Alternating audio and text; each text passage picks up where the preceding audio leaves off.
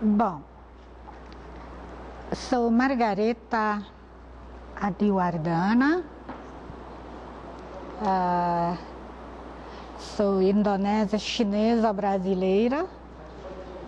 Há 40 anos, agora mês que vem, que eu moro no Brasil. Eu trabalhei mais de 20 anos no Brasil e os últimos 20 anos com a Philips, como tradutora e como secretária. E então faz 17 anos que sou missionária de tempo integral, quer dizer, largando o emprego, vivendo pela fé.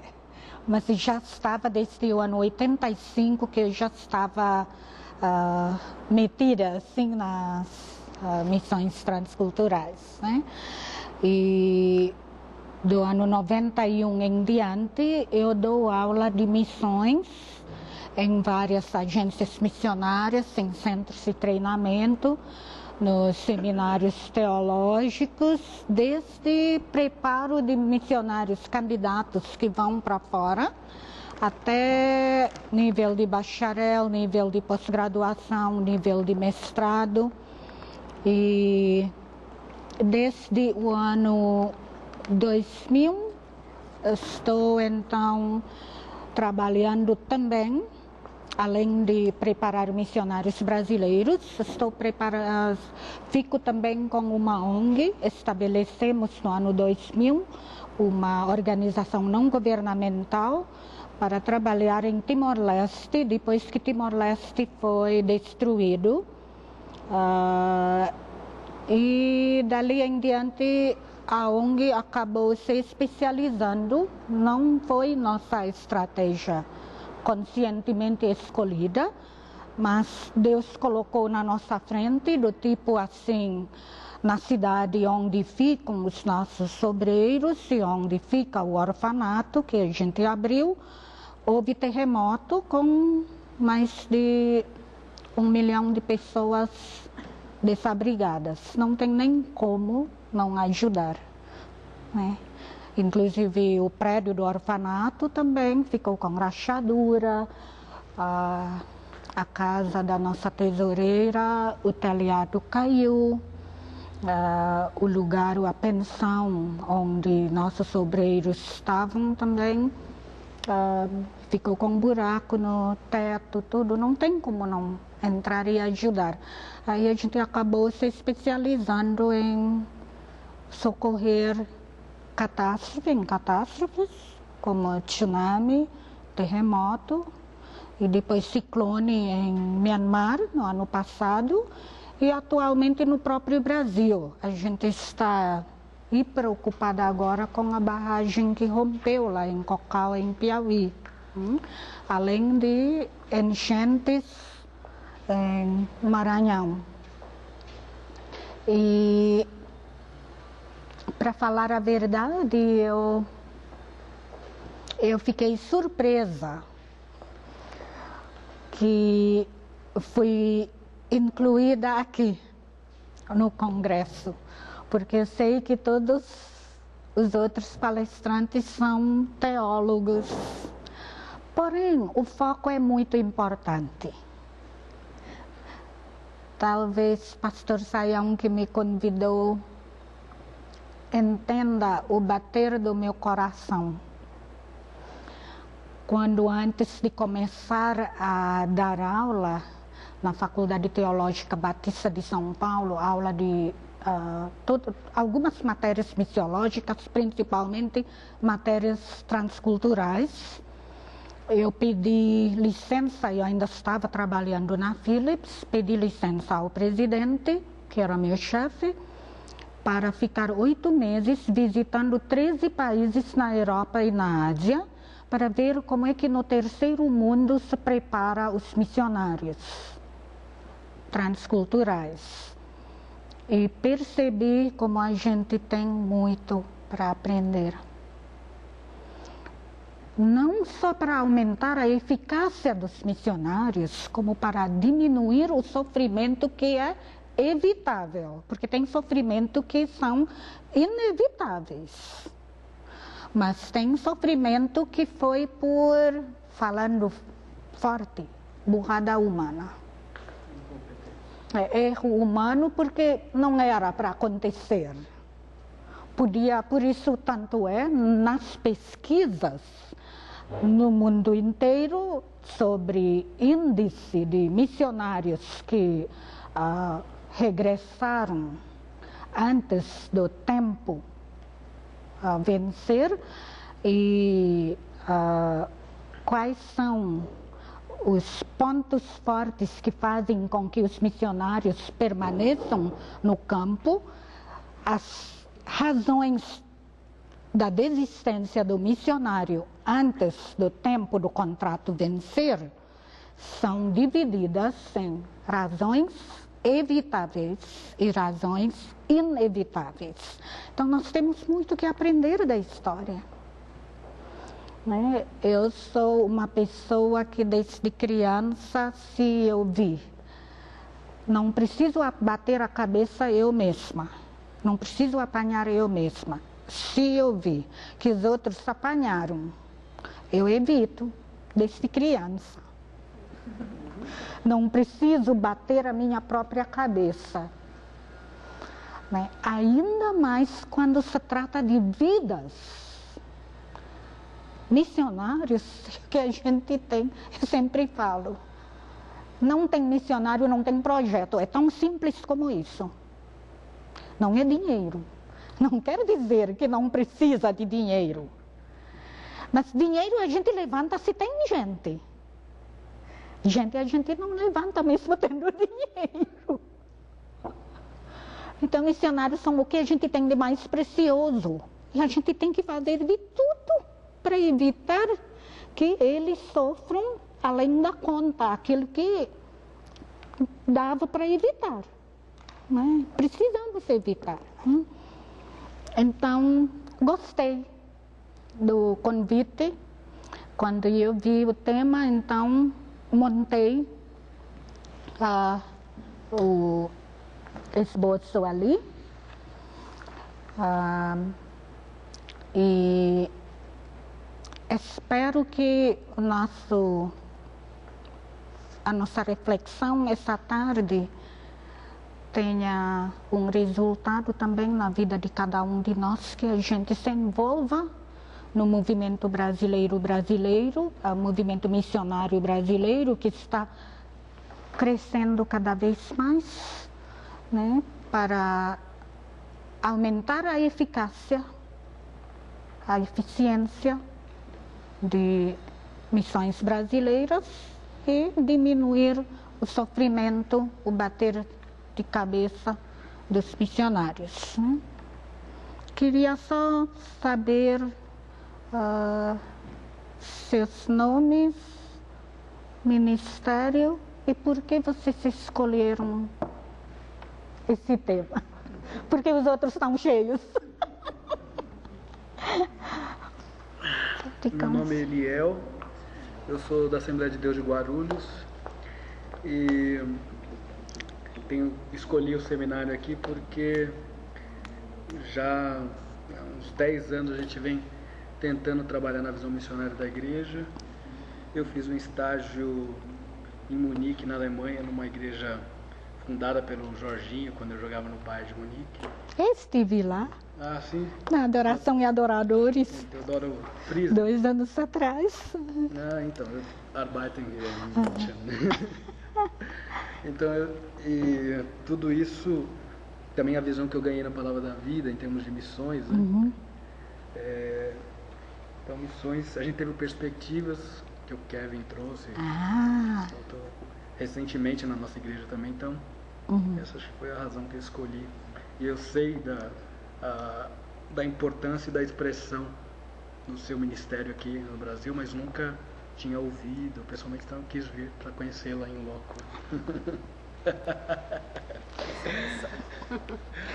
Eu sou a Rose, eu tenho um ministério junto com meu esposo em César de Souza, da Congregação Presbiteriana de Formosa, igreja chinesa, né?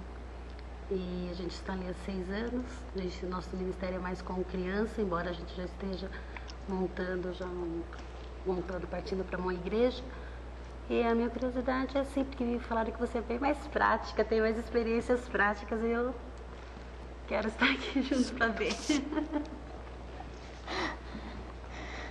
Meu nome é Hilder, sou pastor da igreja presbiteriana lá em Alphaville, São Paulo. E há 3 anos, o 4º ano que eu estou lá, há 3 anos nós criamos o Conselho Missionário, tínhamos uma experiência com missionário transcultural, e que hoje está em outro campo aqui em São Paulo, de igreja local. E nessa visão missionária da igreja, a minha intenção é corrigir e ter uma visão clara de como executar com competência e com eficiência essa visão na vida da igreja.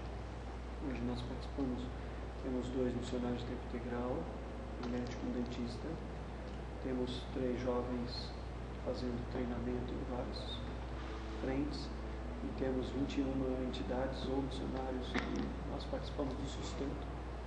E a intenção é ganhar conhecimento e experiência no sentido de poder fazer essa gestão com excelência. Meu nome é Elaine, eu sou vice-presidente de um projeto de ação social, Impacto de Vidas, né? O pastor Carlos que criou esse projeto aí, a gente trabalha junto. E eu quis vim aqui porque eu já ouvi algumas palestras, alguns seminários, né? Já tive alguns anos atrás ouvindo, né, você falar, e eu quero aprender mais, conhecer mais. Para mim é muito importante acrescentar aí. Meu nome é Carlos, sou pastor da Comunidade Cristã Vida Plena. Nós trabalhamos no projeto Impacto de Vidas também. Nossa igreja hoje tem uma visão missionária, né? Estamos indo devagar porque temos pressa, né? Nós temos uma missionária que é candidata a Timor-Leste, né? Margareta, inclusive conhece, a Aninha, né? E hoje ela está no seminário Betel Brasileiro, estamos preparando ela para, no momento exato, encaminhar para a agência. Eu estou aqui porque eu amo missões, o tema missões é muito forte, muito atraente.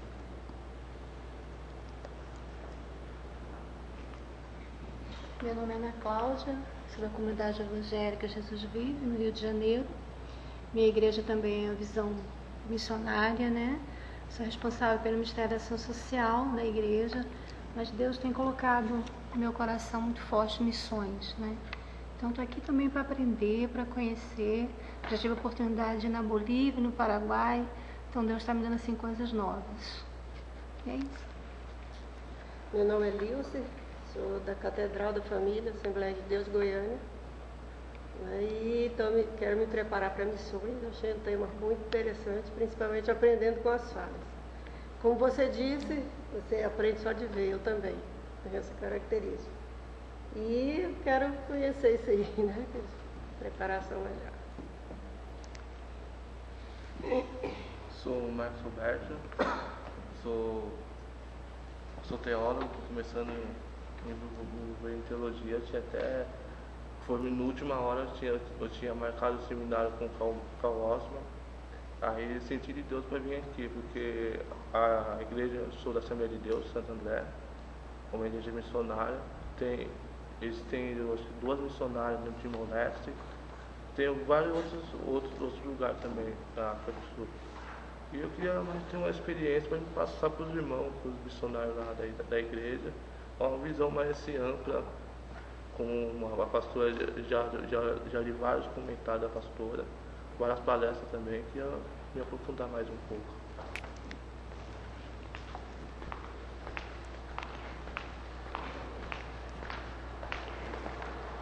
Vamos orar pedindo ao Senhor, né, que Ele dirija, que não é fácil para eu falar principalmente das falhas.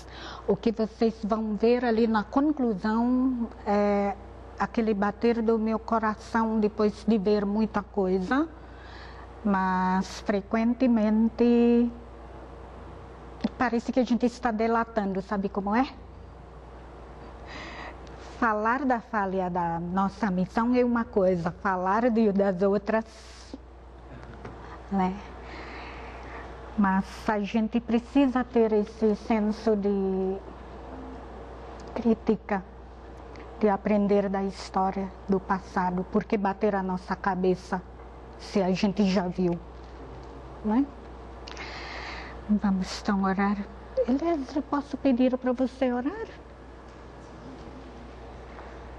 Pai Santo, obrigado, Senhor, porque Tu nos dás o privilégio, Senhor, de estarmos aqui, de estarmos, Senhor, aprendendo, Senhor, sobre missões, ó Pai, e te pedimos, Senhor, que nós saiamos aqui com decisões, Senhor, com convicções melhores e principalmente, Senhor, guiados pelo Teu Espírito, Senhor. Muito obrigado por tudo. Abençoa a Margareta agora nesse começo de curso que ela vai dar, que ela possa conseguir transmitir a sua mensagem. Em nome de Jesus, amém. Bom, vamos então ver o início do Missões Brasileiras. Vou começar só com Missões Brasileiras porque é o que a gente se interessa, né? Primeiro, em 1910, e esse casal que foi enviado para Portugal eram portugueses, embora vieram para o Brasil e depois foram enviados. Então, depois a gente vê quando que é o brasileiro. Em 1911, a Batista Brasileira também era casal português. Voltou para Portugal, digamos assim, né? Mas enviado pela Junta Brasileira. Já em 1927, de novo, a Batista Brasileira enviou o primeiro brasileiro nato. Próximo. Dali em diante, vieram para o Brasil várias missões, principalmente para trabalhar com missões indígenas.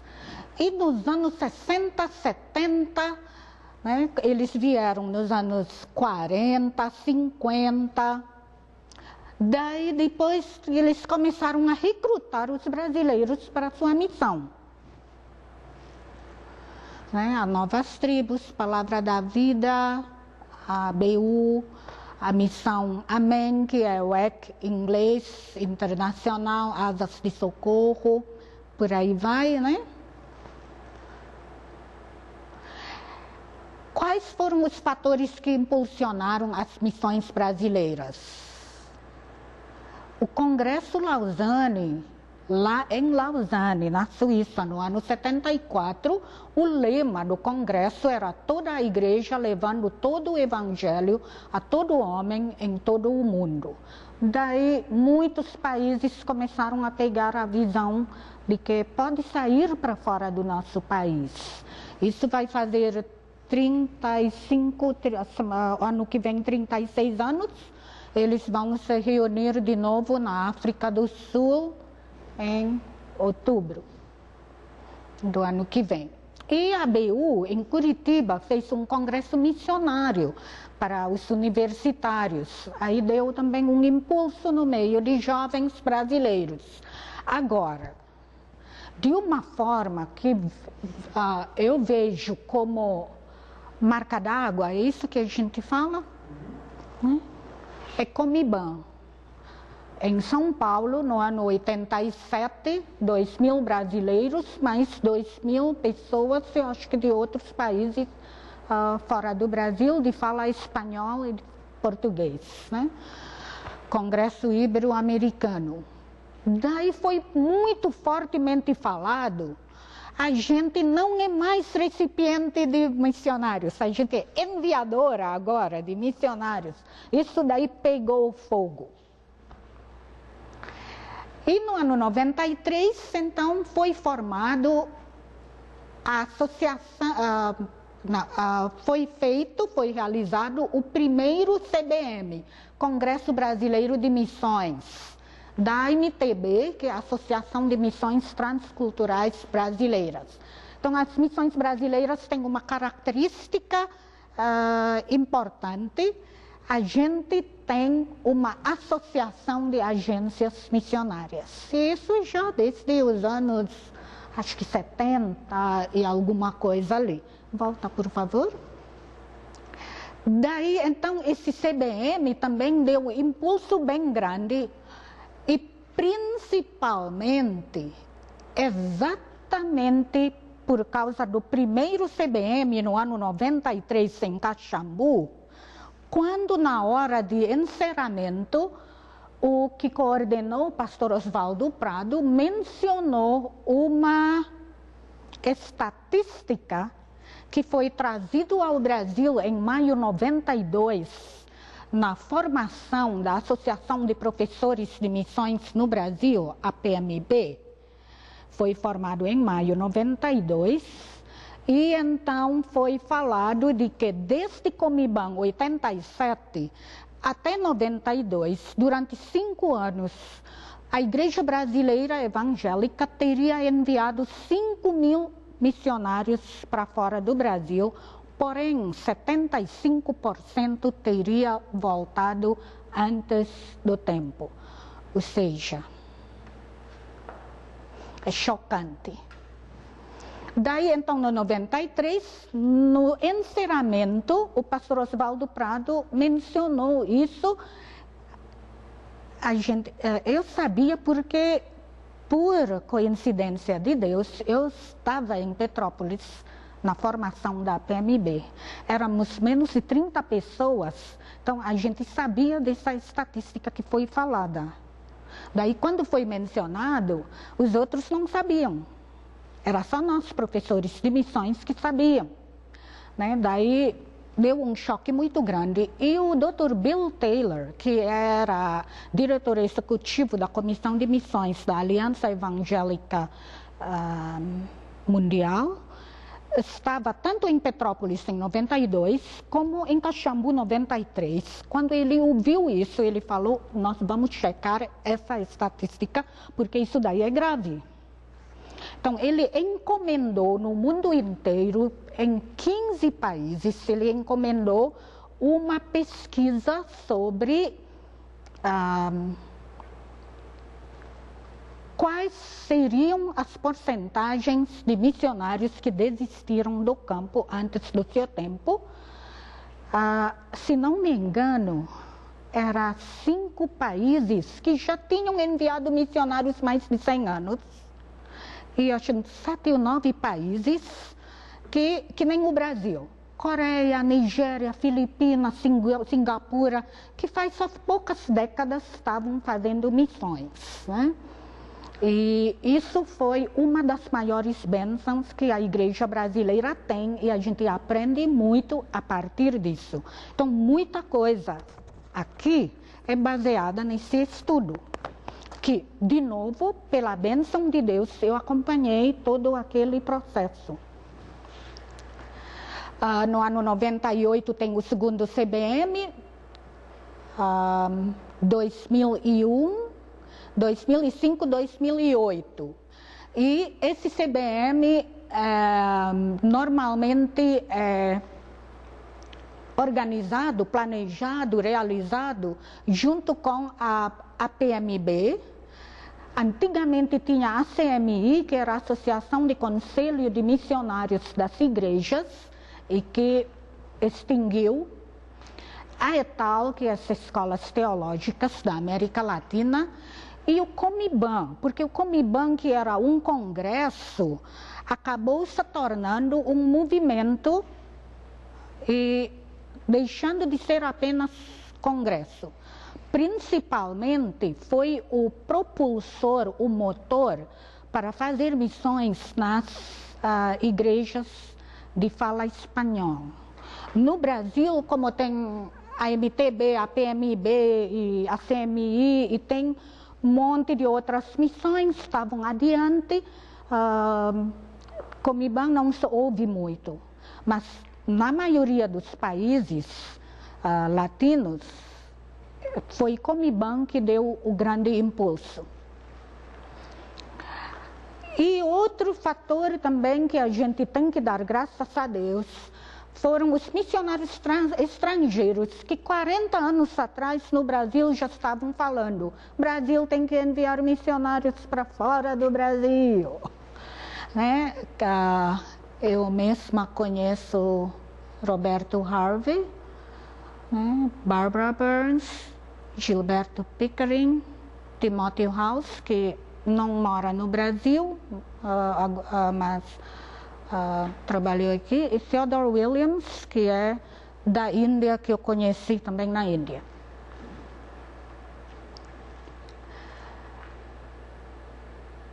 Podemos ver, então, o número de missionários brasileiros transculturais. O último dado, estatística que nós temos é de 2006.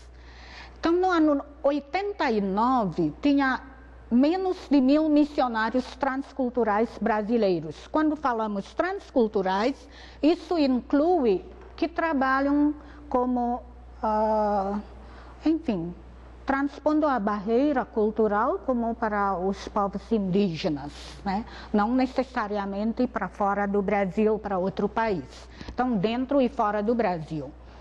E em 2006, são 115 organizações missionárias, 3.248 obreiros transculturais, sendo 744 trabalhando dentro do país, grandemente então com povos indígenas, 2.504 fora do Brasil e 866 são obreiros que trabalham nos escritórios das missões.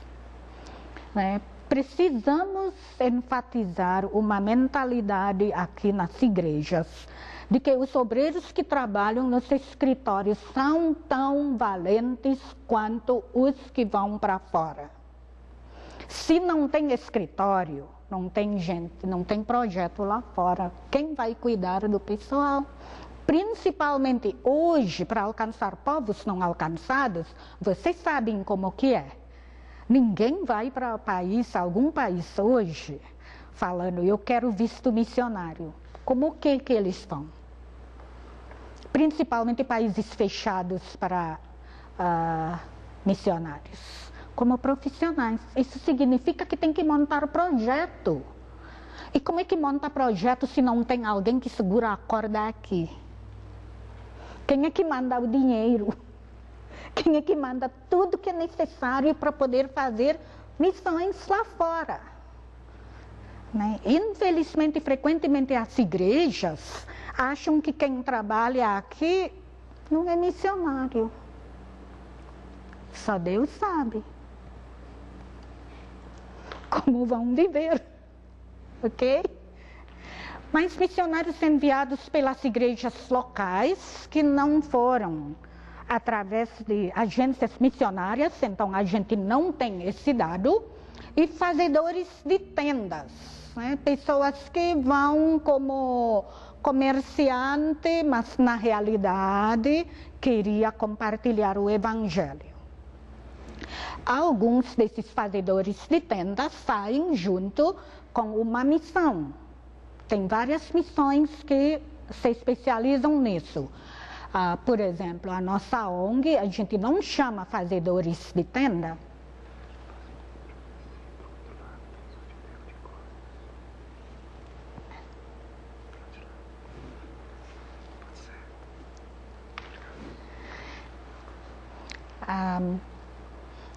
A gente não... Pedi para a senhora falar do outro lado, que aqui eu só te filmo de costas. Aqui. Foi gravado.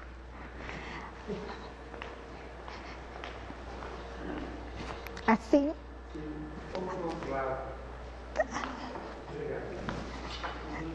Alcança o fio.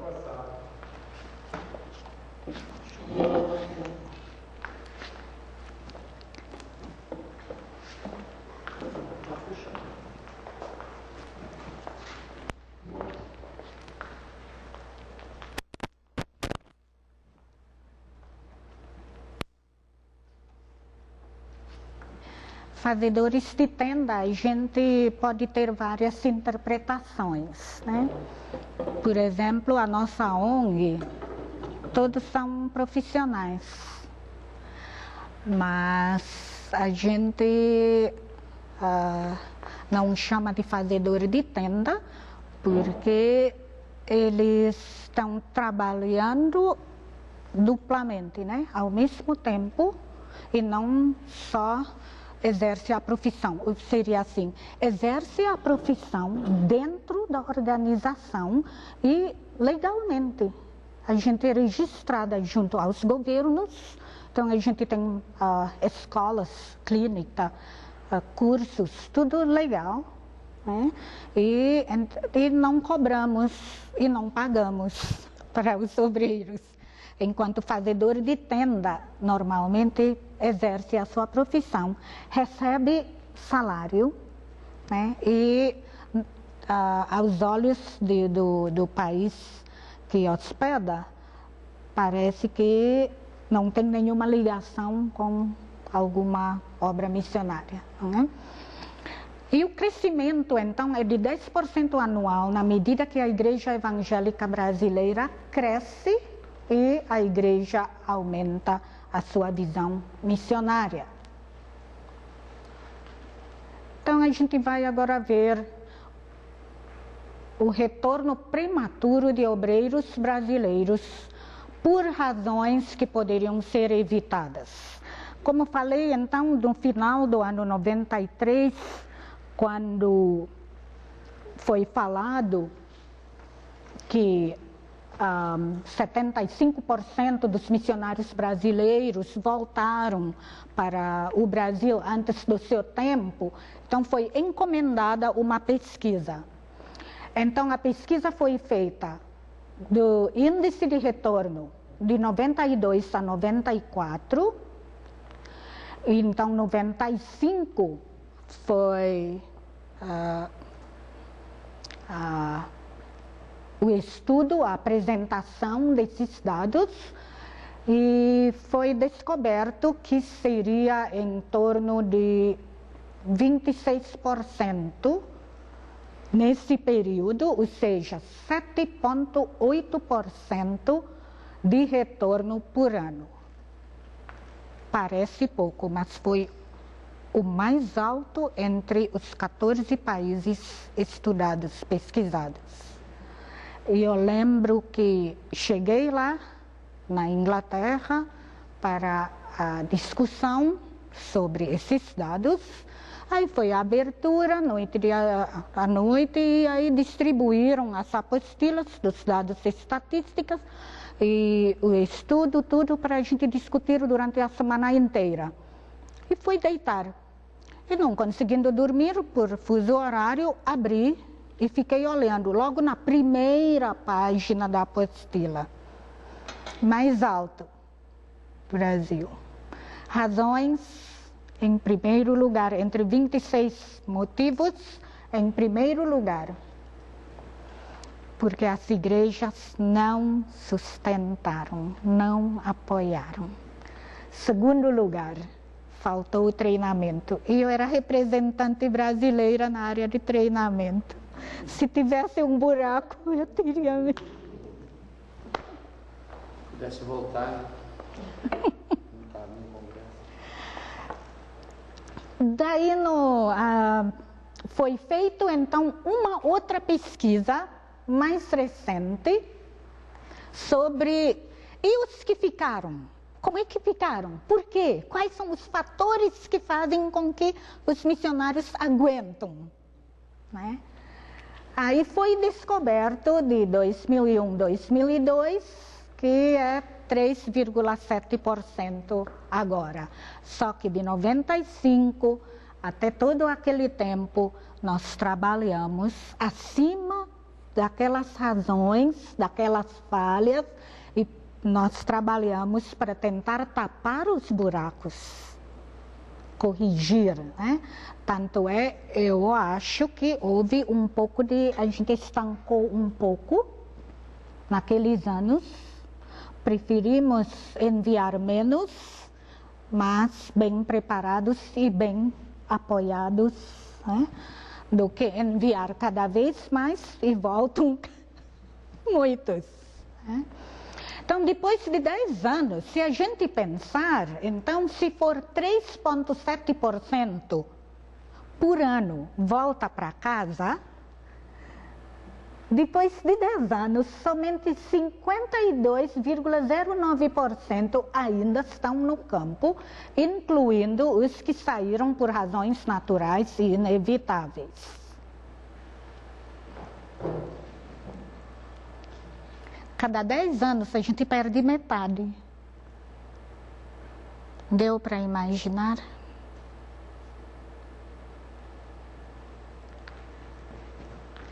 É grave. Quanto investimento a igreja fez na vida, além de dinheiro? Em primeiro lugar, quando falo investimento, é na vida das pessoas.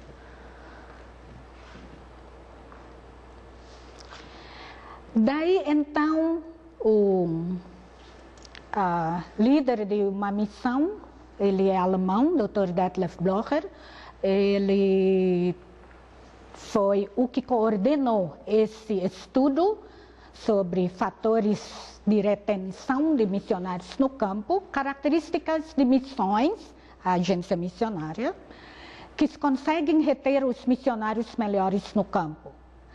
Eles exigem bom treinamento e fazem seleção criteriosa. Existe uma boa interação entre os líderes com os obreiros, administração enxuta, estrutura flexível e atitude de serviço. Eles oferecem oportunidades de treinamento contínuo e desenvolvimento de novas habilidades. Do jeito que as coisas desenvolvem muito rápido hoje, você fica lá nos confins do mundo onde não tem nem eletricidade. 2 anos, você volta, você não entende mais nada. Precisa de desenvolvimento contínuo, né? Missionários são encorajados a trabalharem de forma ativa, tem aperfeiçoamento dos ministérios e também a agência enviadora tem que estar sempre se desenvolvendo, né? Não há imposição de cima para baixo em suas decisões e mudanças. Quem conhece o campo? Quem está no campo?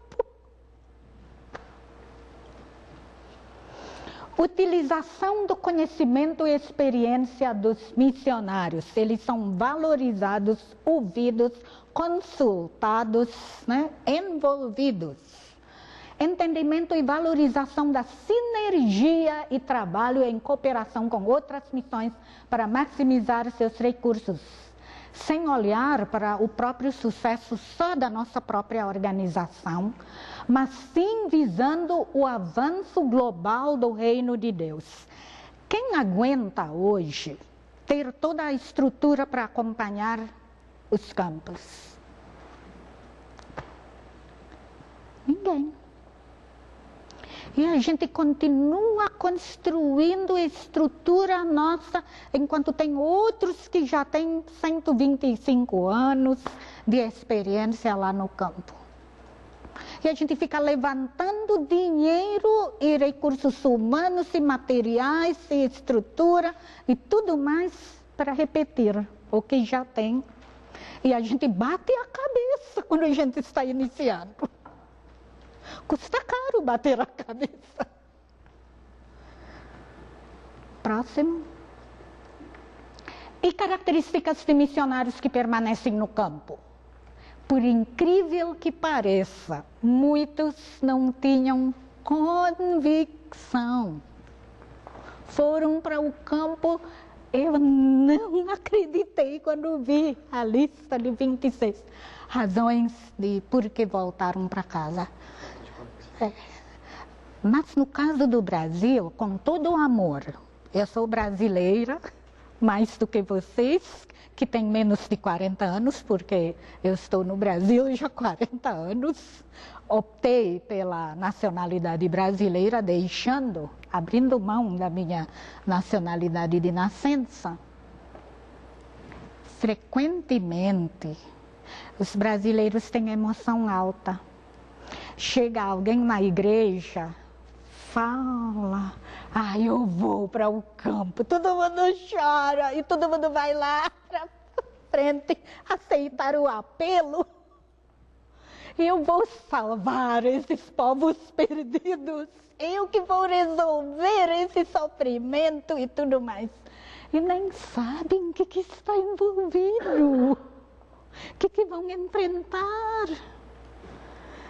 Tem que ter chamado claro, convicção que Deus que manda.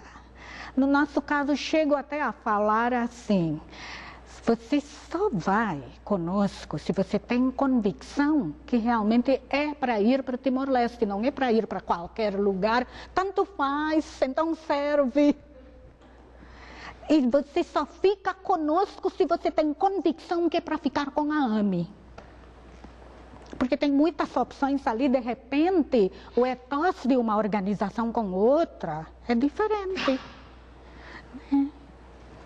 Concordância com a política doutrinária da agência, ao invés de ficar batendo, está dentro, mas está. Conhecimento e comprometimento com os princípios e práticas da agência. Tem um monte de agências missionárias. Com qual que você se identifica? Com qual que o candidato sente? É com esse que eu vou. Porque é coaduna, a linha. Caráter cristão maduro e disciplina, ou seja, vida de oração e devocional, que é a primeira coisa que a gente larga quando o tempo aperta, quando o cansaço bate. Então, por incrível que pareça também, tem igrejas que enviam seus missionários sem nem conhecer como o candidato é.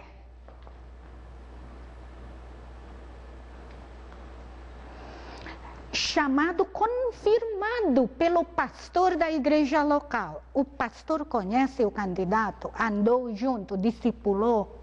Eu falo, pode pôr a mão no fogo. É claro que ninguém é perfeito, mas se tem até algum problema, que possa falar para a agência. Olha, é muito bom, porém necessita ainda um pouco de trabalho, de discipulado nesse ponto, não é? Exames médicos prévios, principalmente nos antigos países enviadores, isso daí é um ponto muito importante, né?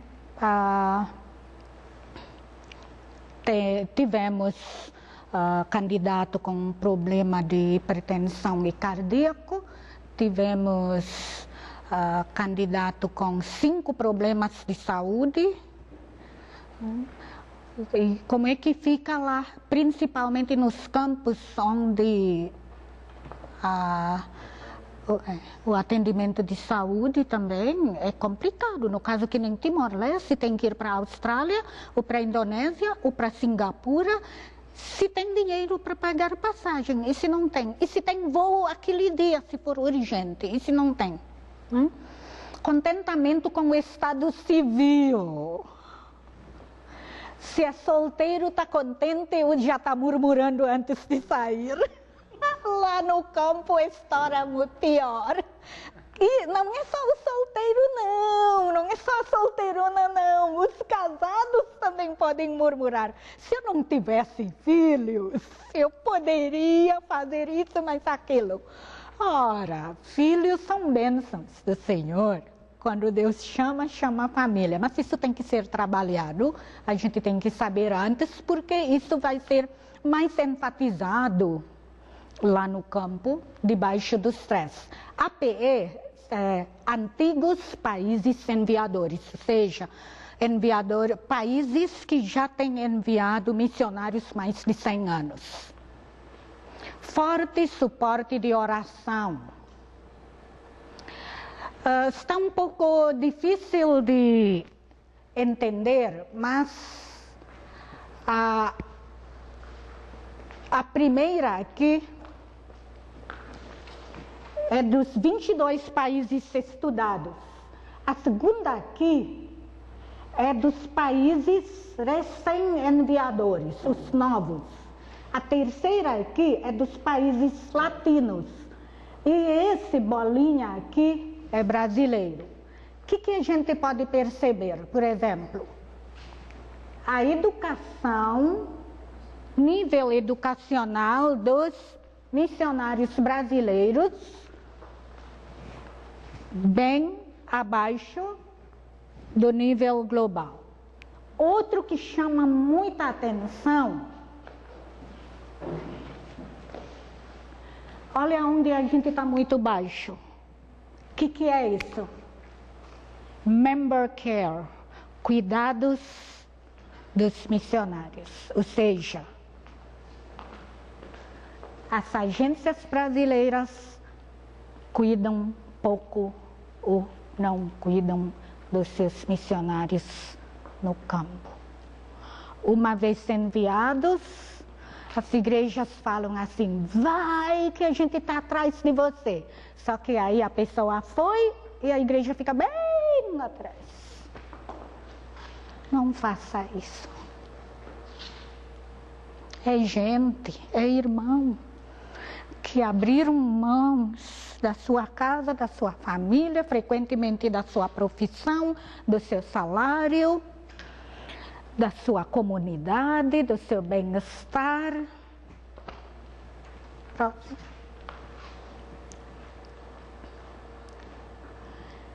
Diferenças mais significativas entre o Brasil e os 22 países pesquisados. Índice menor na educação superior, poucos possuem mestrado ou doutorado, a ênfase no grau de bacharelado em teologia e cursos de missões das agências enviadoras, focados em contextualização nos países recebedores e nas políticas das missões. Baixo índice alarmante de cuidados pastorais aos missionários, comparados aos outros países, principalmente quanto ao tempo gasto para cuidar dos missionários, porque tem orçamento pequenininho e para cuidar, para pastorear, a gente gasta, eu sei, quando preciso falar por telefone e não por e-mail. Eles às vezes querem discutir, querem ouvir a nossa voz. Uma vez eu liguei no Ano Novo, a missionária quase chorou quando liguei. Ela estava sentida, porque era o primeiro Ano Novo dela longe de casa, solteira. Preventivo, sim, também. Imagina, quanto custa a passagem para ir para campo? Para o pastor ir para o campo. Mas vale cada tostão. Muitos trabalham como bombeiros nos incêndios. Quando já está no fogo, é que... Quando, né? Antes de estourar, o que é válido é preventivo. Depois de estourar, mesmo que você apague o incêndio, e a sequela? Que agem somente quando surgem problemas. As agências trabalham com pouca gente, orçamento limitado, dificultando a ter tempo para aconselhamento necessário e a alocação dos fundos para isso. Baixo índice de filhos, somente 35,8%. 25% da tarefa missionária brasileira é feita por solteiros. Aliás, mais solteiras do que solteiros. Os casais jovens preferem ter filhos mais tarde, acompanhando a tendência brasileira. Foco em habilidades e resultados ministeriais, ou seja, só de fazer coisas eclesiásticas. Reflete a realidade das igrejas brasileiras, que enfatizam fortemente as atividades na igreja e geralmente depende do pastor para alcançar os objetivos. O lado positivo é que frequentemente são bons evangelistas e bons plantadores de igrejas. Agora eu levo vocês a pensar. tenho essa atitude muito assim de sempre, não é questão de ser contra, mas de refletir, né? Com a mudança de maioria dos povos não alcançados que precisam ainda ouvir o Evangelho para poder optar por Jesus, são povos que não dão visto missionário e nem se souberem que é evangélico. Como é que a gente vai entrar? Com profissão. Então precisamos de pessoas que têm habilidade ministerial, mas que pode servir de forma social, profissional. Outra coisa que quero levar vocês a pensarem, precisamos de bons evangelistas e de bons plantadores de igrejas. Mas e no caso onde já tem igreja local? É justo concorrer com a igreja local?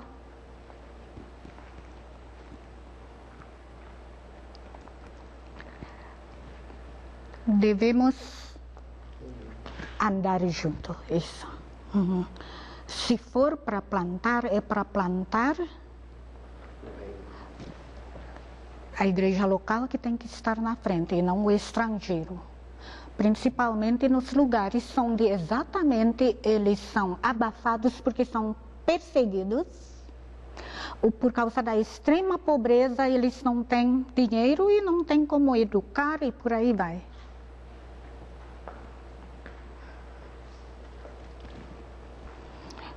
Próximo. Exigência maior de suporte de oração, ultrapassando mesmo a exigência de suporte financeiro. Talvez porque as agências enviadoras saibam que não podem exigir muito financeiramente das igrejas locais. É mais fácil pedir compromisso de intercessão. Por outro lado, há uma forte confiança dos cristãos brasileiros no poder de oração. Agora, o que eu entendo, meu raciocínio é o seguinte: quem ora acaba dando. Nem que seja R$5.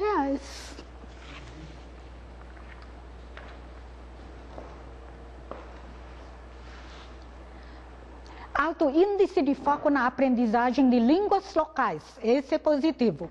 Maior que nos outros países pesquisados. Provavelmente devido à fraqueza na aprendizagem de línguas no Brasil e forte ênfase nos cursos de missões para contextualização e adaptação cultural, assim preferindo o estudo de língua local ao invés de língua intermediária. E também muitos missionários hoje trabalham em locais onde não podem usar o português ou o espanhol. Sendo Brasil monolingual, não falamos inglês, daí demora muito mais, às vezes, aprender inglês para ser língua intermediária do que aprender a língua local.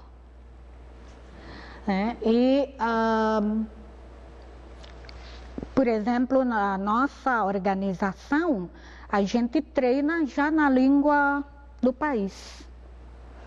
Aí, por quê? Porque em um ano a gente já pode colocar no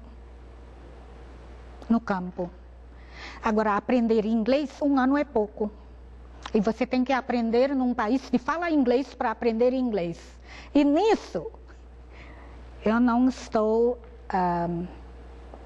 impondo, mas no meu raciocínio, estudando num país que fala inglês, perde a visão do terceiro mundo, pega a visão do primeiro mundo.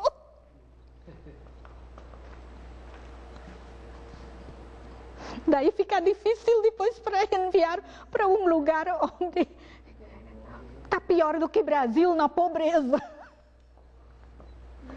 Aliás, há muitos casos, né, de missionários que foram para a Inglaterra para aprender inglês. Com certeza. E ficaram lá. Eu conheço alguns deles. Ainda tem esse fator. Ainda tem esse fator. E a outra coisa, o que faço então é assim, eu falo com eles. Vocês vão aprender primeiro a língua, porque se você conseguir falar com o povo na sua língua, diminui o teu estresse, diminui o choque cultural.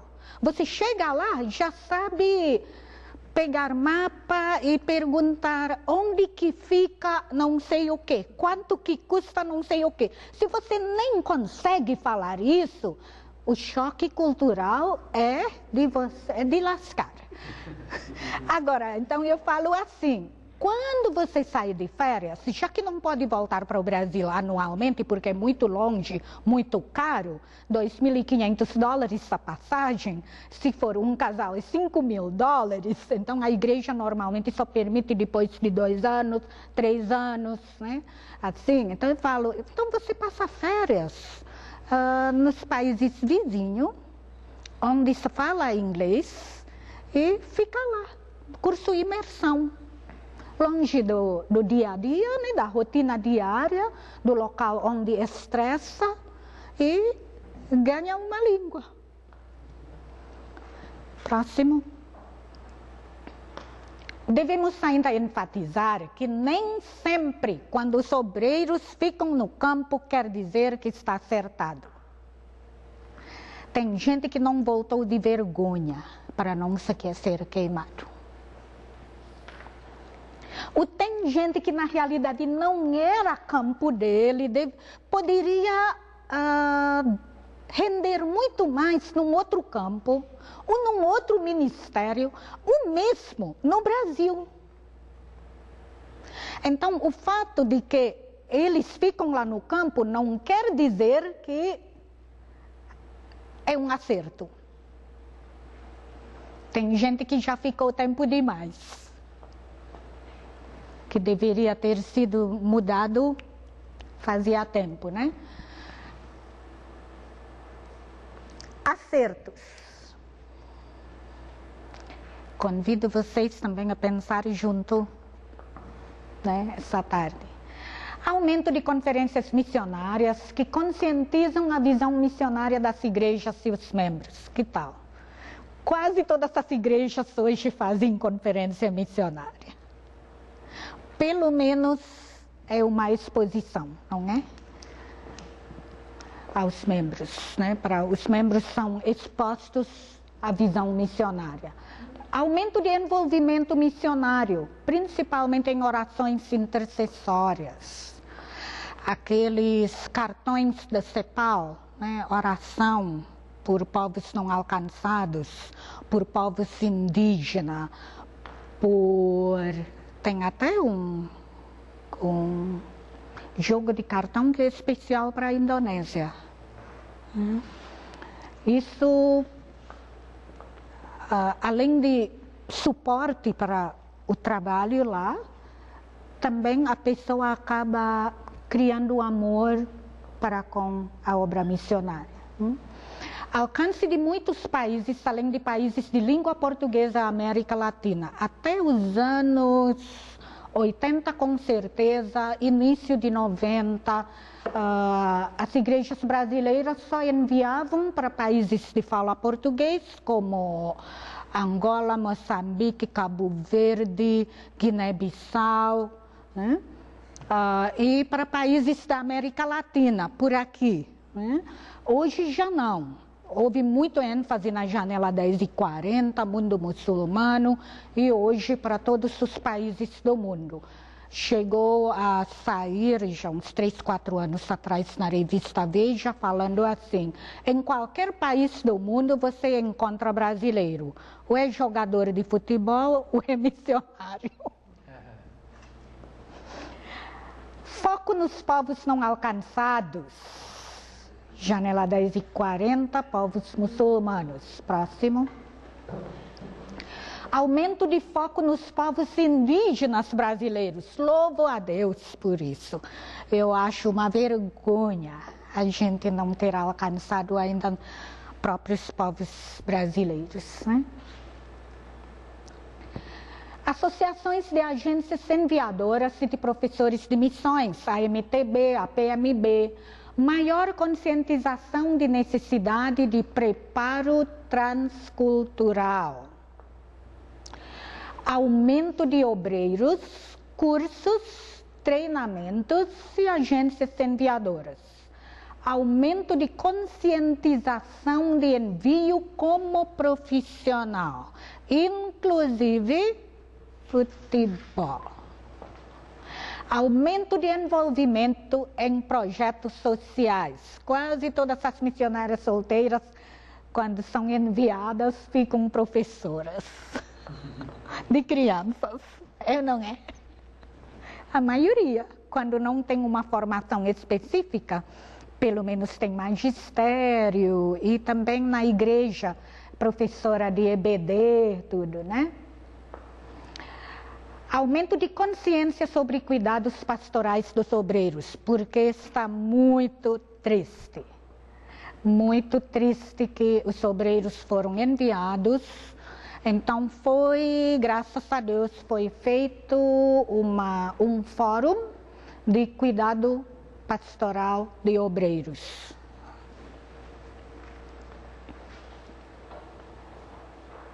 Agora vamos ver no estudo motivo de retorno de missionários brasileiros. Aquela noite que eu queria que tivesse um buraco para me esconder. Falta de apoio da igreja enviadora, 7,9%. Falta de chamado, compromisso inadequado, discordância com a agência missionária, problemas com colegas, problemas de saúde, mudança de tarefa, filhos, problemas pessoais, vida espiritual imatura. Olha o índice de preparo inadequado. Casamento externo, problemas com liderança local, aposentadoria normal, que é inevitável, é 1,7%. Falta de adaptação cultural, conflito no casamento-família, crise política no país, que aí eles tiveram que sair como guerra ou perseguição, né?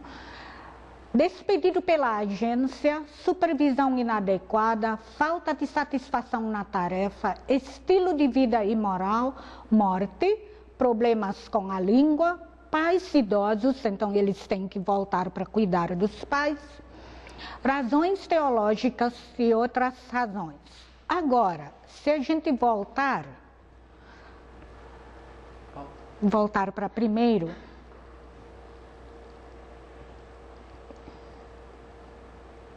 se a gente vê falta de chamado, compromisso inadequado, discordância, problemas com colegas, próximo,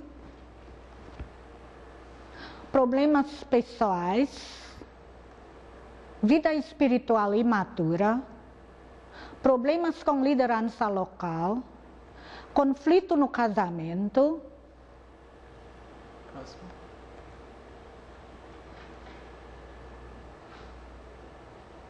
Estilo de vida imoral e despedido pela agência.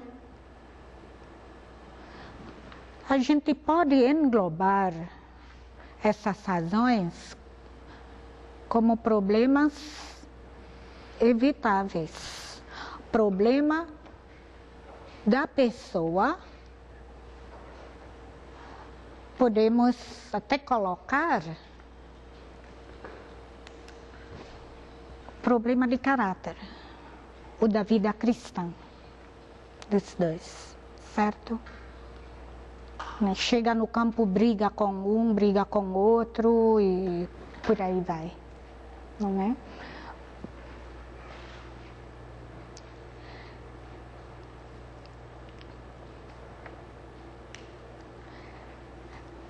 Agora, vocês vão falar, mas como é então que a gente sabe se os que ficaram também venceram?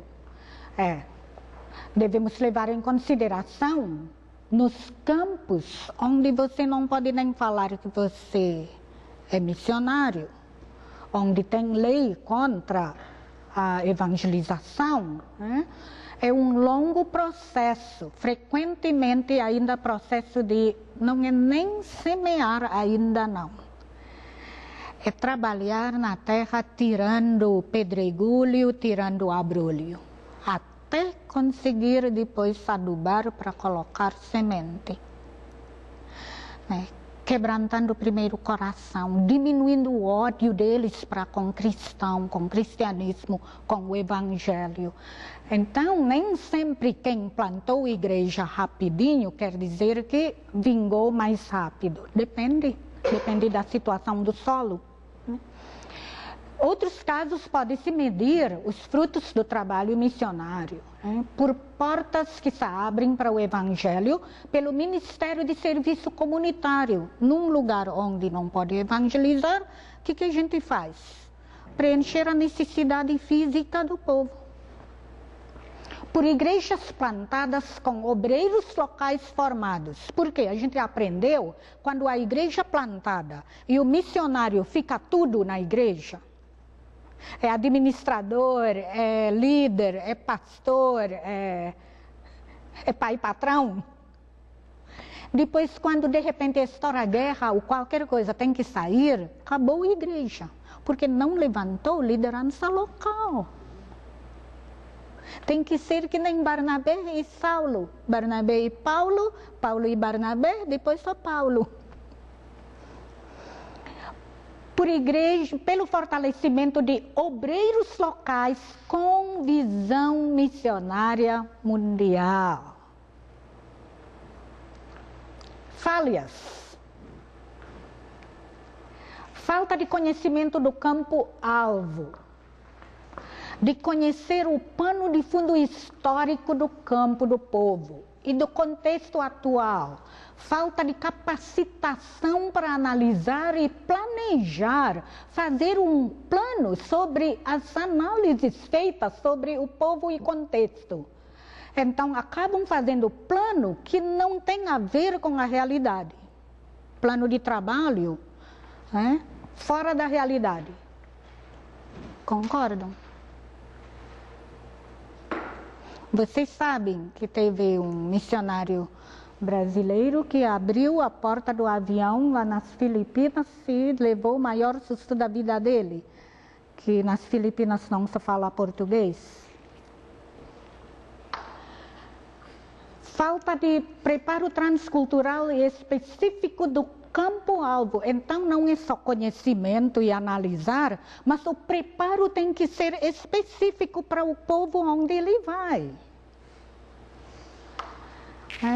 E falta também de preparo, como é que eu, como brasileiro, quando fico naquele contexto, como é que eu vou reagir? Porque uma coisa é que cada nacionalidade tem a sua forma de sentir, de pensar, de gostar, de viver. E quando então, com outro povo, em que ponto eu vou chocar? Em que ponto eu vou adaptar? Deve ser preparado. Falta de preparo teológico e específico para as perguntas e crenças do povo-alvo. Se for para o mundo muçulmano, então só prepara para entender o Alcorão. Depende. Muçulmano do Oriente Médio ou muçulmano do Norte da África? Muçulmano do Sul da Ásia ou da Ásia Central? O muçulmano da China? O muçulmano do Sudeste da Ásia?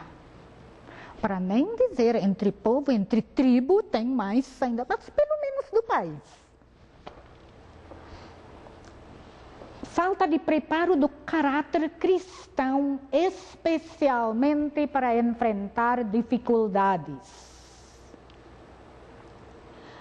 Frequentemente é mais assim, Vamos, em 2 anos vou plantar uma igreja, vamos resolver esse problema, E não foi preparado para as dificuldades.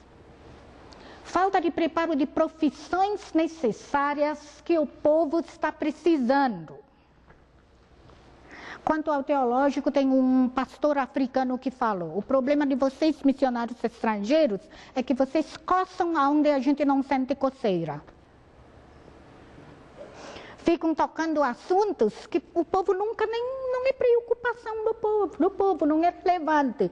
E de profissões necessárias também. A gente faz plano porque não conhece o povo, a gente faz plano aqui de acordo com o perfil do candidato que se apresenta.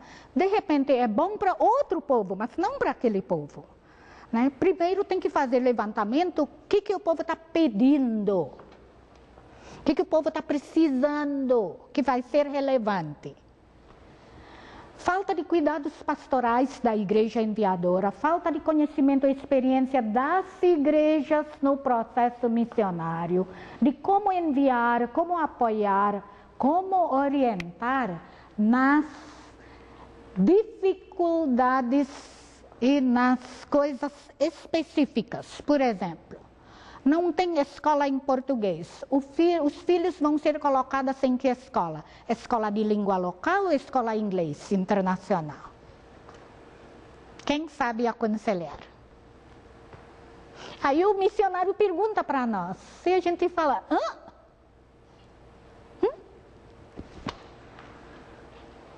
falta de trabalho em conjunto com outras organizações experientes. Então, se a gente é primeira vez que a gente está trabalhando com aquele povo, por que não perguntar e formar até, se der, parceria com outras organizações que já têm experiência?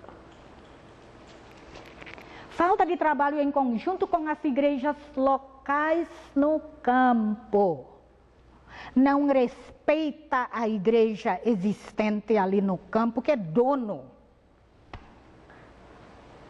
Vocês gostariam, se missionários estrangeiros vêm aqui, fazem as suas coisas, se passa como tanque por cima de vocês? Não, né? Nós não gostamos. Então não vamos fazer isso no campo também. Vamos perguntar à igreja local. O que vocês querem? Que pé que está o trabalho? Em que nós vamos ser relevante a nossa presença, preenchendo o que eles não têm? Pelo contrário, muitos estão competindo e abafando. Não verificam o que precisa, o que não gosta, principalmente porque muitos povos locais tiveram história de colonização pelo Ocidente e por causa de experiências ruins anteriores. Gato escaldado.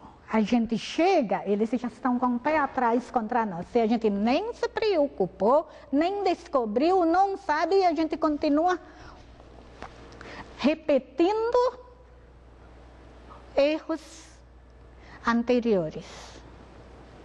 Próximo. Traços culturais e características cristãs bíblicas, onde a gente tem que trabalhar no caráter, então, de candidato para enviar para campo. A cultura brasileira, jeitinho, desacato às regras e autoridades, porque nossas autoridades não inspiram confiança, né? Individualismo, imediatismo, amigável, desrespeito cultural, superficialidade na vida espiritual, malícia, triunfalista, caráter missionário bíblico, perseverança, disciplina, vida em grupo, trabalho em equipe, suportar, ajudar, paciência, modelo encarnacional, vida espiritual profunda, simples como pombas e humildade.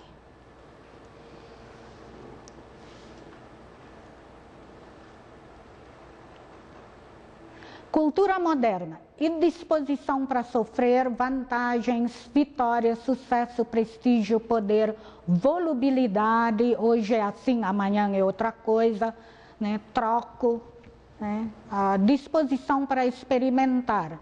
Enquanto biblicamente nós somos chamados para participar no sofrimento de Jesus, porque a gente participa na esperança da glória. Esvaziar-se, abrir mão do próprio direito, longanimidade, fidelidade. Hoje, quem tem fidelidade? Se não gosta, ou se gosta do louvor da outra igreja, muda. Cultura pós-moderna vale tudo. Ética cristã, impermanência, ética cristã e valores absolutos. O homem é centro do mundo, cristocêntrico. Resultados tem que ser café instantâneo, pegue e pague, né? Semear com lágrimas. Uso eficaz do tempo. Tempo é dinheiro, o tempo é de Deus. Quando vai dar colheita, o tempo é de Deus. Autossuficiência do homem. Precisamos depender totalmente de Deus. Independência, submissão, realização pessoal, graça de Deus. Força própria, somos meros instrumentos de Deus. Ser como Deus, bem nova era, né? Glória só de Deus. O que é jeitinho? Um traço importante da cultura brasileira, que deve ser lidado enfatizando os pontos positivos de criatividade na solução de problemas, aceitação fácil, igualitária e tratamento personalizado. Porém, devemos eliminar os pontos negativos, que é burlar as regras, desacato às autoridades, solução de problemas faltando na ética, né? Fazendo atalho, o favorecer individualista, o imediatismo. Os aspectos negativos do jeitinho dificultam o relacionamento entre equipes multiculturais, bem como junto ao povo receptor dos obreiros. Conclusão. A igreja tem que trabalhar mais. As igrejas devem formar candidatos com caráter e serviço aprovado. Quando entrega para a agência missionária, já tem que estar aprovado na igreja. Desenvolvendo os dons e talentos. É outra coisa também que não é muito falado. Qual é o dom espiritual e talento? Daí qual é o ministério, daí qual é o lugar. As igrejas devem buscar saber como enviar e cuidar dos seus missionários apropriadamente, nas suas necessidades materiais e bem-estar físico, emocional, ministerial e espiritual. O preparo deve ser realizado em conjunto entre a igreja, a agência missionária e com a escola teológica, missiológica, de forma integral, no sentir, o saber e o fazer, integrando o formal, acadêmico, teórico, com o não formal, estágio em relacionamento, em equipe. O acompanhamento e os cuidados missionários no campo e no retorno devem ser realizados em conjunto entre a igreja, a missão enviadora, de forma contínua e integral, a pessoa, a família, o ministério, o projeto e o desenvolvimento das habilidades. Todos devem buscar sempre se manter atualizados nas mudanças mundiais e específicas do campo, no serviço dos obreiros, acompanhando-os de maneira adequada, provendo o necessário. A situação, o contexto do mundo muda, a missiologia muda, a estratégia missiológica muda, o cuidado missionário tem que acompanhar.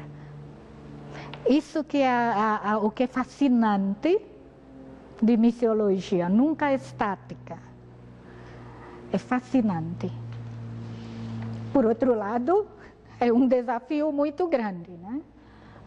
Vocês podem ver, caiu o muro de Berlim, caiu a cortina do ferro, mudou toda a missiologia, a estratégia missiológica para aqueles lados, aí não é?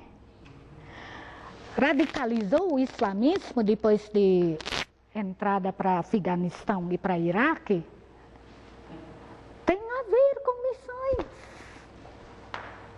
Bombas tem a ver com missões. Catástrofes tem a ver com missões.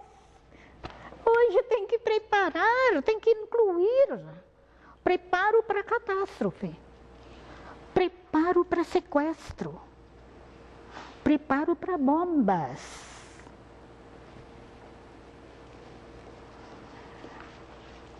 Quando for for necessário, deve-se formar parcerias para não repetir nem competir, mas unir e trabalhar com sinergia. Caso haja igreja local, a mesma deve ser envolvida trabalhando junto e fortalecendo no que for necessário. Quando eles querem ajuda de fora, então ok. Bom, corri. Algum comentário, alguma pergunta? Só falei sozinha.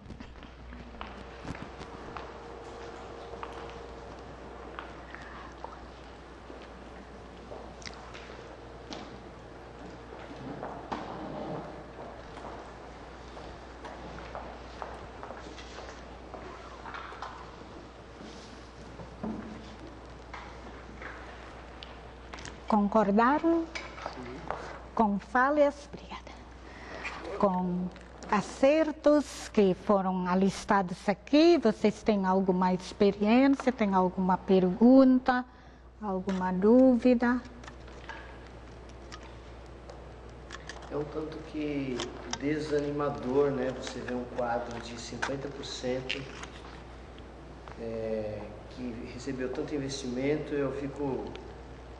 A gente já teve informações, inclusive, de missionários que retornam para suas igrejas de forma precoce, e ele acaba produzindo um efeito dominó, né? Um estilhaço de bomba que atinge todo mundo. A igreja desiste de fazer missões, aquele casalzinho de velhos que investiu na contribuição desiste de investir. Quer dizer, eu acho que um dos maiores problemas hoje que o Brasil enfrenta é esse número, esse índice absurdo de retorno precoce. Conheci uma igreja que alguém faleceu e entregou para a igreja algo tipo de centenas de milhares de dólares da herança. A igreja não sabia o que fazer, preferiu comprar uma casa só para investir o dinheiro. E quando apresentei uma missionária candidata, precisando de algo tipo $500 por mês para ficar lá fora, eles recusaram porque primeira missionária que eles enviaram, sustentaram, falhou feio. Conheço igrejas que perderam a visão missionária exatamente por causa de retorno precoce. Normalmente, retorno precoce é problemático. É muito ruim que haja o retorno, e ele sempre vai haver. Só que se a gente for olhar por esse lado também, quer dizer, Deus nunca desiste de nós, né? De pessoas, se nas nossas falhas Deus desistisse. Então eu olho por esse lado. Se eu gosto muito de ofertar para missões, né? Se eu for ficar olhando também cada frustração e não ofertar mais, eu acho que cada um tem que fazer a sua parte e oração e as coisas acontecerem. Sempre vai haver, né? Vai haver os acertos, vai haver os erros, mas a possibilidade é tentar, aliás, a probabilidade de tentar acertar sempre, né? É que é o seguinte, né? Pense junto comigo. Se fossem bem preparados pela liderança da igreja, não é enviado ainda nem para fazer o treinamento com a agência missionária, enquanto não aprendeu na própria igreja, enquanto não tem caráter aprovado e serviço ministério provado.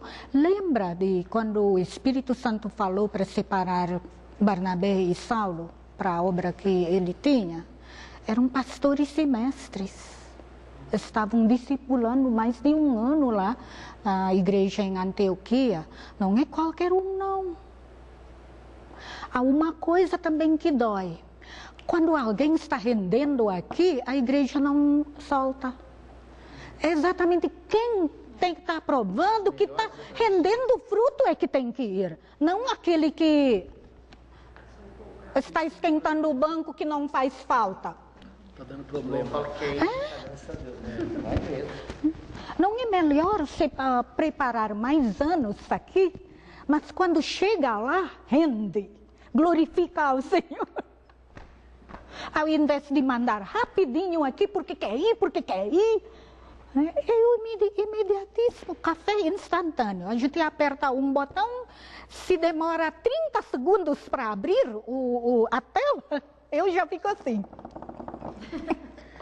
A gente é imediatista. Só que a gente sempre fala, né? Abraão tinha quantos anos? Quantos anos José ficou na prisão? Jesus começou o ministério com quantos anos? Ele já estava discutindo com líderes religiosos quando ele tinha o quê? 12 anos, quando ele era ainda pequenininho, mas ainda não era a hora dele. Será que a gente pode, sem querer massagear, né? Mas eu tive assim algumas experiências com alguns missionários. Será que algumas agências também não erram? Algumas? Agências. Porque eu tive relato de missionários decepcionados com a agência. Receberam porque se a gente pode atribuir que o retorno precoce dele, o aborto do trabalho dele no campo foi por causa de falta de preparo, será que também em alguns casos não é a falta de preparo da agência? A agência não está preparada, habilitada em descrever o missionário, em perceber o dom dele, em errar em algumas questões de comportamento, de tratamento. Todos nós erramos. Quando a gente ouviu em 92 aquela estatística, né? A primeira que foi estopim de todo esse estudo, nós éramos professores de missões, a gente chorou muito, muito, muito, muito, de lágrimas mesmo. Não é metáfora de falar chorar, né? Mas o erro está em todos. Todos nós tínhamos que dar a mão para a palmatória e fazer autocrítica e andar junto. E o que aconteceu? Por que baixou tanto? Né? De 7,8 anual para 3,7 anual e agora já está abaixo de 3 por ano, o retorno precoce no Brasil, menos de 3% já anual. O que a gente fez durante todo aquele tempo? Cada associação, durante um ano, fez a nossa consulta só entre nossa associação. No meu caso, a PMB, Professores de Missões. No ano seguinte, a gente juntou a agência, a MTB, a CMI, a igreja, e nós, professores de missões. E a gente compartilhou e vê em conjunto como melhor preparar, como melhor cuidar, como tapar as brechas, né?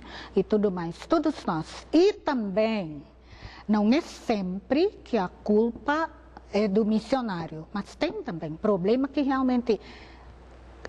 Sei de casos onde durante os 3 meses de treinamento de uma agência, que é bem dura, academicamente é o melhor que tem no Brasil, e a disciplina militar para pressionar mesmo a pessoa, a máscara do candidato não caiu. Assim que chegou no campo,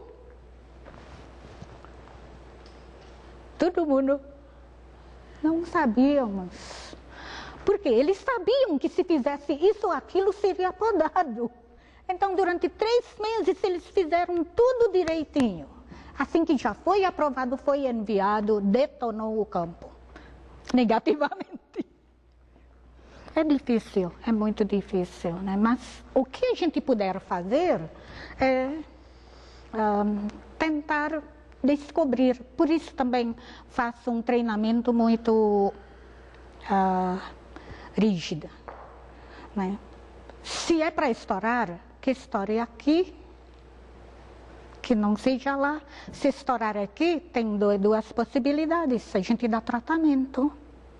Se não tem como tratar, então fica, devolve para a igreja.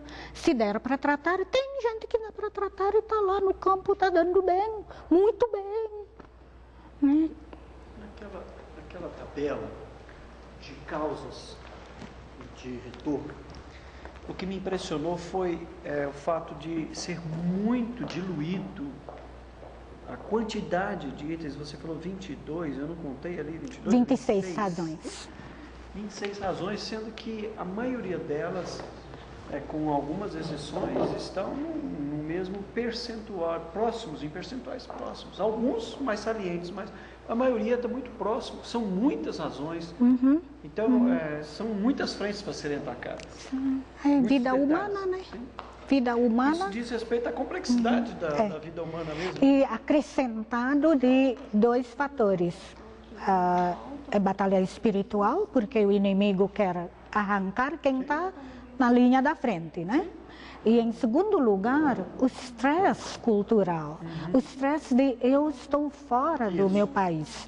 Há uma coisa estranha ali. Enquanto está na fronteira brasileira, eu estou no Brasil. Pisa para Paraguai, já está no outro país, o estresse é maior. Além de fatores práticos, como não falar a língua, cultura diferente.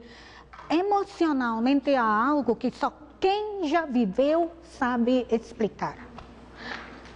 Por isso as igrejas têm que ter a experiência, pelo menos de visitar o campo. Se não foi missionário, pelo menos visita o campo. E começa a pensar, né? Se eu estourei nisso, se eu não gostei da comida que foi colocada, se eu fiquei perdido na rua porque não consegui ler o nome da rua, se eu fiquei com vergonha porque não sei comer com palitinho, não consegui nem comer, eu passei por isso. Eu nunca aprendi a comer com palitinho porque toda a minha família aprendia, eu não quis aprender, porque eu era muito mais ocidentalizada. Aí quando eu estava em Hong Kong, colocaram um frango inteiro, sem talher. Cada um tem que cortar um pedaço do frango com palito. Eu só vivia de arroz e sopa. Essas experiências fazem com que os líderes... Não, o pior é assim, se fossem vocês, eles entendem. E eu? Como é que eu me justifico?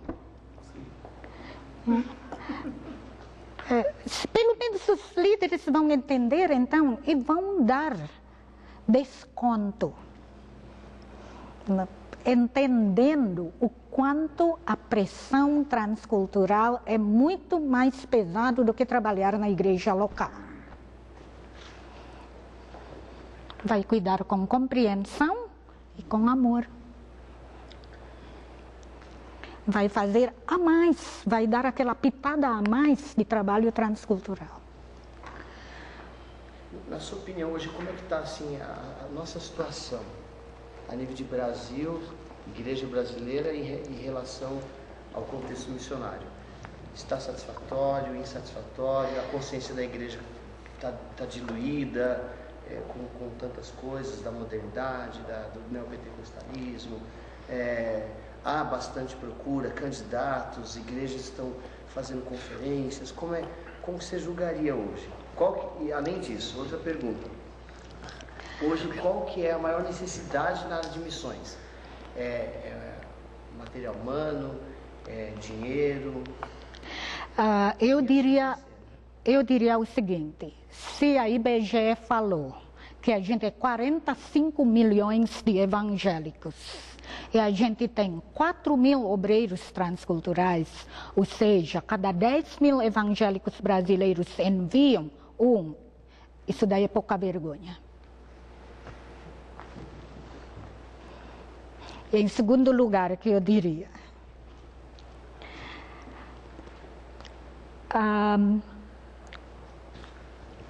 faz-se muitas conferências missionárias. Mas pergunta para a igreja, quantos missionários transculturais a igreja tem no campo? É outra resposta. Outra coisa. Há uma variedade muito grande entre quem cuida bem, tanto a igreja como a agência missionária. E quem mandou e esqueceu. Conheci caso de uma moça na Inglaterra, brasileira, que chorou, riu, porque estava histérica durante 1 hora comigo, sem conseguir parar. Porque ela só recebeu o sustento dela do primeiro mês, ela estava lá 1 ano. E eu conheci a igreja de milhares de membros. Eu estava lá quando ela ia ser enviada.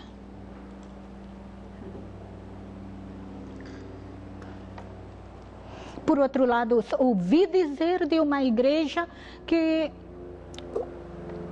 sustenta com tipo 5 mil, 7 mil dólares, que a pessoa tem até cozinheiro, motorista, banheira e hidromassagem, num país africano. Esse missionário tem essa estrutura? Tem essa outra coisa, sim, sabe? De um lado para o outro, poucos são equilibrados. Eu sou da linha, para cada missionário é diferente quanto você vai sustentar. Depende do nível da vida local. E você coloca na média. Média mais para baixo do que média mais para alta. Não vai faltar nada que é necessário. Mas também não é para ficar destoando do povo. O pior de tudo é que às vezes você tem isso na mesma equipe. Você tem numa mesma equipe, por exemplo, missionários brasileiros com um sustento que às vezes nem chega e um missionário estrangeiro que tem um sustento lá no alto. Faz tempo que eu li que tem missionários brasileiros que exigem mais do que missionários americanos quanto a nível de vida. Varia muito. É difícil de tirar médio, né? Eu queria falar dentro daquilo que você colocou, como convencer o pastor da necessidade do pastoreio do missionário no campo e quanto à regularidade. Eu passei pouco tempo fora, mas eu tive algum insight dessa dificuldade de você não ter esse acompanhamento e tal. Em termos de regularidade, sei lá, 2 anos, a cada 2 anos seria legal? Nós como agência missionária, a gente estipula nós mesmos. Pelo menos uma vez por ano, algum membro da diretoria da AME tem que ir para o campo. Daí o benefício que eu penso para a igreja local, como pastor de igreja local, de trabalhar sempre com a agência, porque a gente não tem estrutura para isso. A gente pode até fazer a visita, mas a agência fazendo esse tipo de acompanhamento de perto, a gente pode fazer aquele acompanhamento mais à distância de carta, de telefonema. Eu diria o seguinte,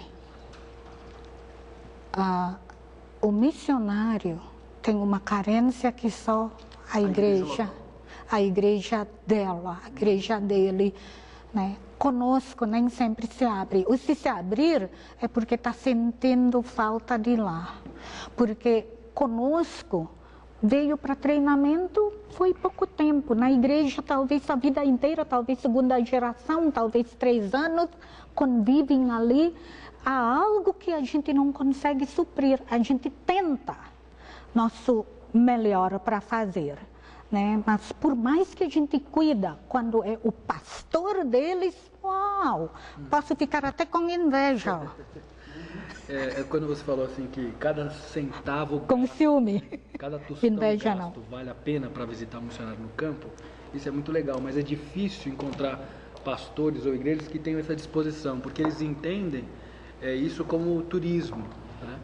Vamos dizer, outro tipo de turismo mesmo não tem problema, mas visitar um missionário no campo é outra história.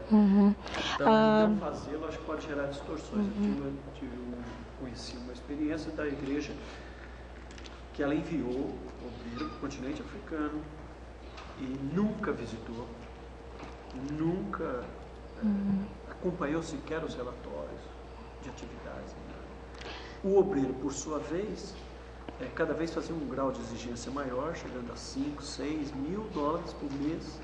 E aí ele tinha um nível de vida completamente surreal em relação ao lugar que ele estava servindo. E aí você deformou a visão da igreja, ou a disposição da igreja de continuar investindo, e o obreiro, quando voltou, completamente deformado. A omissão gerou tudo isso.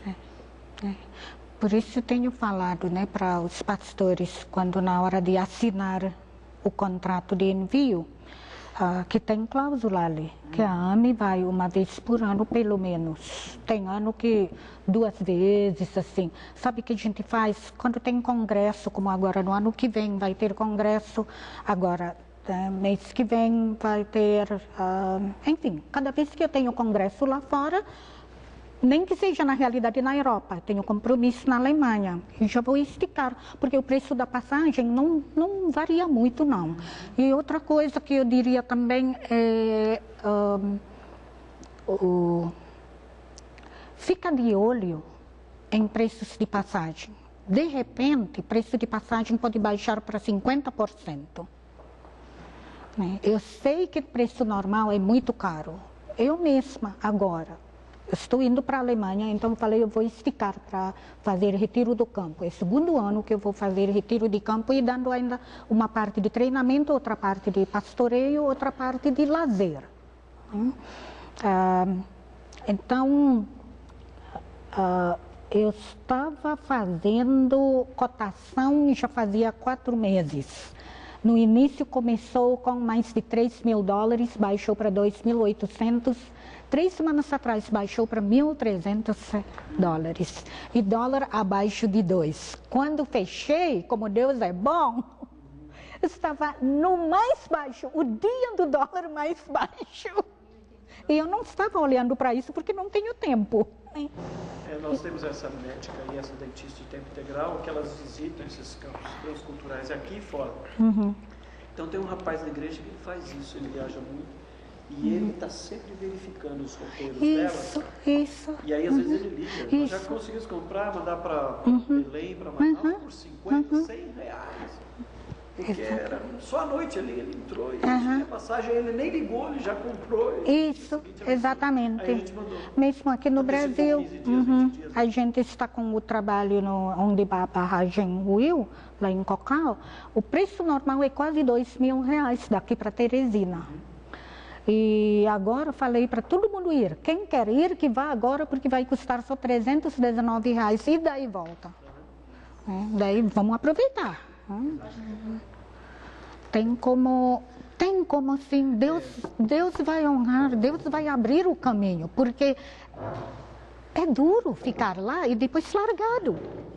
A gente, tanto que às vezes a questão é de visão mesmo, nós temos um rapaz que atualmente toma conta de missões lá na minha igreja. Eu já fui responsável. Na época, esse rapaz que toma conta atualmente, ele era funcionário da Air France, e nós tínhamos a possibilidade de levar a missionária no campo, na África do Sul, passar em Munique, na igreja que eu trabalhei, pelo um preço de uma pessoa ainda. Nós fomos em 4 e não deu o preço da passagem de um, pagando 10% da passagem. Mas mesmo assim, na visão do pessoal da liderança, nós estamos querendo fazer turismo. Agora eu quero saber. É isso que às vezes, vamos dizer, corta o coração da gente.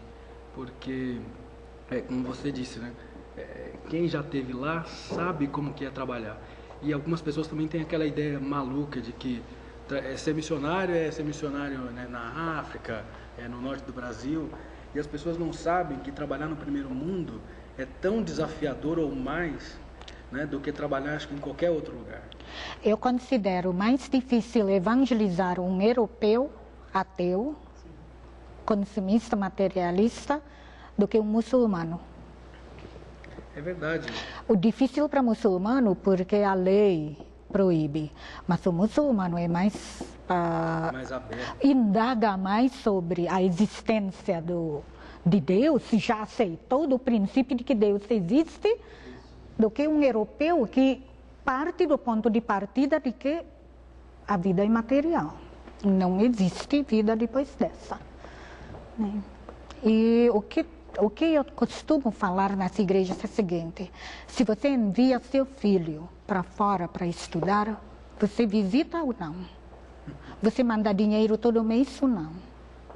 Você manda mimo ou não no aniversário, no Natal e tudo mais? Por que o missionário não é cuidado? Ele não é tão gente quanto? E ele abriu mão de muita coisa para ir. Por que essa cabeça que missionário tem que sofrer? Isso é cruel. Tem sofrimento que Jesus permite para a gente aprender a ser humilde e a depender dele. Mas isso é inevitável. Agora, a gente provoca sofrimento, é cruel. A AME hoje tem quantos missionários? 14 lá fora, 6 aqui.